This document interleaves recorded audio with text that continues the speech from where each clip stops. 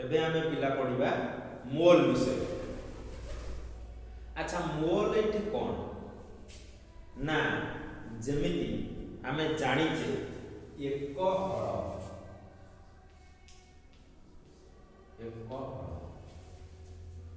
एक हल माने केतेटा हळे बळद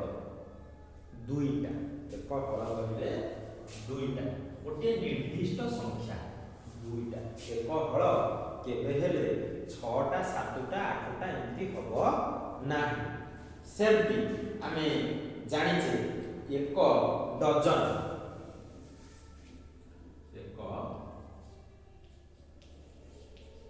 डजन कहले 12टा एक डजन कहले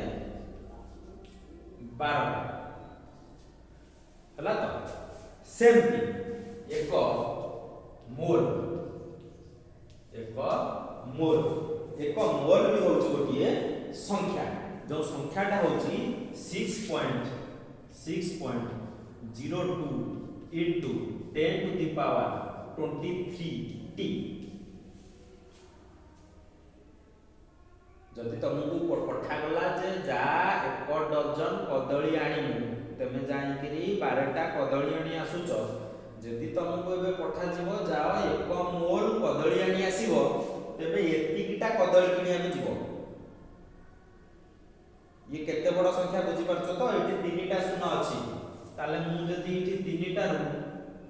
नै आसी 2टा 602 हे गला ताले आ रहले 21टा शून्य ताले 21टा शून्य देले 602 डाहण को जेते बड़ संख्या हबो सेतिकिटा कदली तुमको आनी कि आसेबो पड़िबो ता माने एठी खाली ओटे तुमको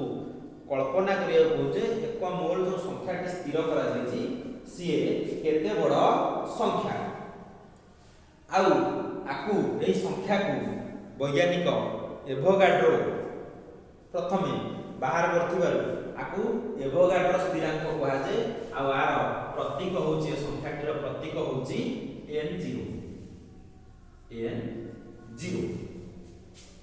अच्छा ताले एति की प्रथमे बुझी जा मोल कहिले गोटिए संख्या एक मोल कहिले गोटिए संख्या से संख्याटी केते ना 6.02 into 10 to the power 23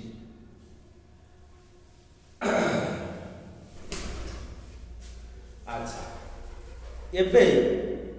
जदि एक मोल कदली कहले एतिकिटी कदली आनिबा को पडुची ताले जदि सेमति कहा जीवो एक मोल परमाणु समान 6.02 into 10 to the power 23t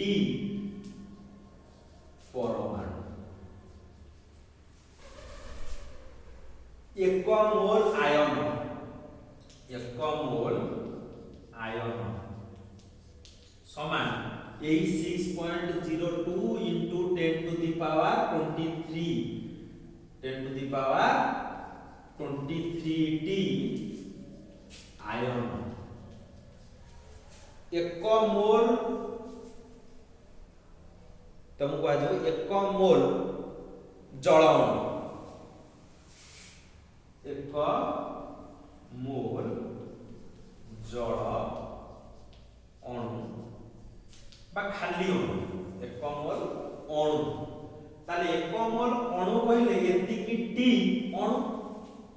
जदि एक मोल जल अणु होची एक मोल जल अणु होची ता माने एतिकी T 6.02 into 10 to the power 23t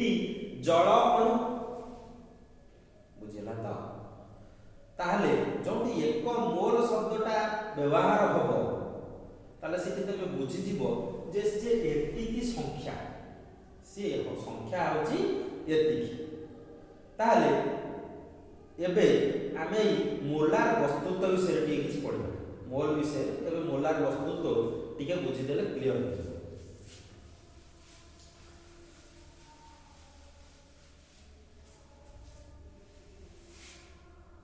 मु एबे लिखिबी एकटी हाइड्रोजन एकटी हाइड्रोजन रो वस्तुत्व एकटी हाइड्रोजन वस्तुत्व तबे समस्त जानिछ 1 ये हाइड्रोजन ये प्रतीक लेखा है से लेखा गला माने एच तबे बुझीजिवो जे ये होची परमाणु जदि एच न लेखा था केमती लेखा था हाइड्रोजन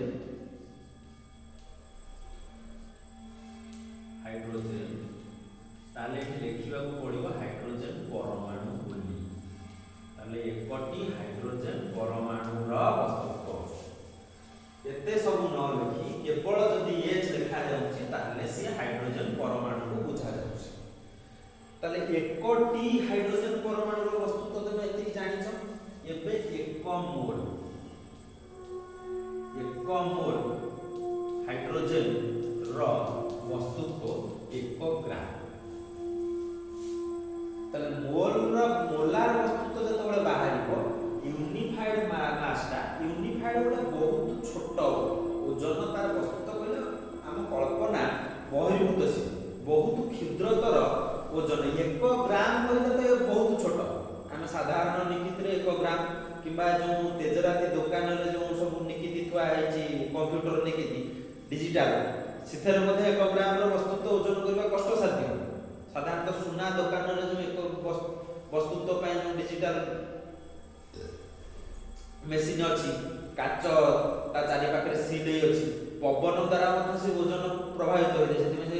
जे जाइतो देखितो काच रे सील हेकि अछि से मेसिन ताले 1 ग्राम ता बहुत छोट ता माने ये केते छोट केमिति कल्पना करिया ना जदि गोटिए रो वस्तुत्व 1 1 मोल रो अर्थ कोन 6.02 into 10 to the power 23 माने जदि गोटा हाइड्रोजन नबा तार वस्तुत्व हबो 1 एतिकिटी हाइड्रोजन नेले केते हाइड्रोजन बुझि परछो तो जतले एतिकिटी हाइड्रोजन नबा से सबु जाकर वस्तुत्व मिसिकी हबो 1 ग्राम सबु जाकर वस्तुत्व मिसि हबो 1 ग्राम ता माने 1 ग्राम थारु से सेतिकी भाग कम 1 जे केते क्षुद्र एक एबे बुझि परछो अच्छा जदि कहा जाउची एकटी ऑक्सीजन रो वस्तुत्व ताले ये ऑक्सीजन रो काहार वस्तु बुझी अणु ना परमाणु ना ये अणु रो वस्तु बुझी O2 लिखा है ताले अणु रो वस्तु जे बुझी ताले से हम 32 U एति के अणु रो वस्तु होची 32 U ताले सेमती 1 मोल O2 रो वस्तुत्व 32 ग्राम ताले मोलार वस्तुत्व सबल पय अति सहज जेतले हम मोलार वस्तुत्व निर्णय करिबा जहार परमाणु रो हो अणु रो यूनिफाइड मास डाहण हमें ग्राम ही लगाय बुझौछि ना एबे आसीबा जल कथा एकटी H2O रो वस्तुत्व आमे जे निर्णय करथिले 18 U ताहले 1 मोल H2O रो वस्तुत्व हबो 18 ग्राम 1 मोल H2O रो वस्तुत्व हबो 18 ग्राम एबे बुझी होछि ना अच्छा ताले हम भाबुची समस्ते बुझी पारुथिबो अच्छा आबे आमे आरि ऊपर किछि मैथमेटिक्स पढिबा अच्छा पिला माने तम पय छोटे मु प्रश्न लिखिछि गोटिए बाल्टी रे 180 ग्राम रो जल अछि गोटिए बाल्टी रे 180 ग्राम रो जल अछि तेबे बाल्टी रे केतोटी जल अणु अछि केतेटा आमे अच्छा 100 ग्राम जल ओजन कर दवा बाल्टी रे पुरै दवा एबे अणु गोटी गोटी करी कोनोसी उपाय रे तमे जदि अणु काढी पारुथिबो आना तमे गोटे गोटे छोट वैज्ञानिक यदि कोनोसी उपाय रे जल अणु को काढी पारुथिबो गोटे गोटे काढ़ी गणिया ना कौन करवा गणिबानी आमे जो मोल पढ़िले से मोल को व्यवहार करे जेहेतु केतो टी कहिछि ताले मोलार संख्याटा जो 6.02 * 10⁻23 ये गोटे संख्या को बुझाए सेया को व्यवहृत करी ए गणितटी को समाधान कर जेहेतु जल कहिछि आमे 1 मोल जलर वस्तुत्व प्रथमे लिखि दबा ताले 1 मोल जलर वस्तुत्व 1 मोल जलर वस्तुत्व 18 ग्राम ना ना ताले सेई जिंसटा को लिखि परिबी 18 ग्राम जल समान 18 ग्राम जल समान 6.02 into 10⁻23 टी जल 18 ग्राम जल अणु लिखि परिया जल अणु बा जल अणु न लिखि लिखि परिबो H2O 18 ग्राम H2O कहिले 1 मोल रो 1 मोल जल अणु जतबे 18 ग्राम होछि ताको उल्टे लिखले 18 ग्राम जल अणु कहिले एतिकिटी जल ताले 180 ग्राम जल अणु कहिले 180 ग्राम जल अणु कहिले केते गुण 10 गुण 18 10 180 ता माने एठी 10 बढ़ि जिवो 10 गुणन 6.02 into 10⁻23 टी जल अणु सरिला गणित हला तो ताले 180 ग्राम जोटी जल अछि सेठी केतेटा जल अछि ना 10 गुणन एठी जेहेतु 10 टा सहज गुणी हे जाई पारिबो 6.02 into 10⁻24 कर दो आंसर जदि 5 थांता ताले एतिकी रखि दबो इटे 5 into अछि 5 into एतिकी रखि दबा कुछ करिया आवश्यक नै सरला गणित अति सहज जिंस एई भली भाबरे अनेक प्रश्न आसी परिबो निज मन को तमे ताको समाधान करि परिबो बुझी होछि ना नै अच्छा हम भाई आ गोटे मैथमेटिक्स लिखिबा अच्छा हमरो गोटे बही रे देछि रासायनिक प्रतिक्रिया जदि हमें कैल्शियम कार्बोनेट को उत्तप्त करिबा कैल्शियम कार्बोनेट को उत्तप्त करिबा सेतरु कैल्शियम ऑक्साइड आ कार्बन डाइऑक्साइड बाहर अच्छा कैल्शियम कार्बोनेट कहिले ये एक टी अणु ना नहीं कैल्शियम कार्बोनेट गोटे अणु आ यौगिक रो ये गोटे अणु लिखा है अणु संकेतटा लिखा है कोन H2O गोटे यौगिक H2O लिखि माने गोटी अणु 2H2O कहिले दुईटी जल अणु 3H2O कहिले तीनटी जल अणु केवल यदि 3H2 कहूचे हमें तीनोटी हाइड्रोजन रो अणु बुझि होछ ना नहीं अच्छा ताले ये जेहेतु एकटी अणु ताले आर कोन बाजू ना 1 मोल एकटी अणु जदि कहै जबो ताले कैल्शियम कार्बोनेट रो जदि मोलार वस्तुत्व बाहर करिया ताले 1 मोल कैल्शियम कार्बोनेट रो वस्तुत्व ना बुझि ये सेमती एकटी अणु ता माने 1 मोल कैल्शियम ऑक्साइड रो वस्तुत्व ना नहीं ये होची गोटिए कार्बन डाइऑक्साइड ता माने 1 मोल कार्बन डाइऑक्साइड रो वस्तुत्व हम बाहर करियो अच्छा ताले कैल्शियम कार्बोनेट रो वस्तुत्व हम टिके पूर्व बाहर करथिले हेतिला 100 यू आउट लिखिबा जेतु मोलार वस्तुत्व बाहर करछ लिखिबा 100 ग्राम ना नहीं ताले एठी कैल्शियम ऑक्साइड रो वस्तुत्व केते हो मु हिसाब करबा कैल्शियम होची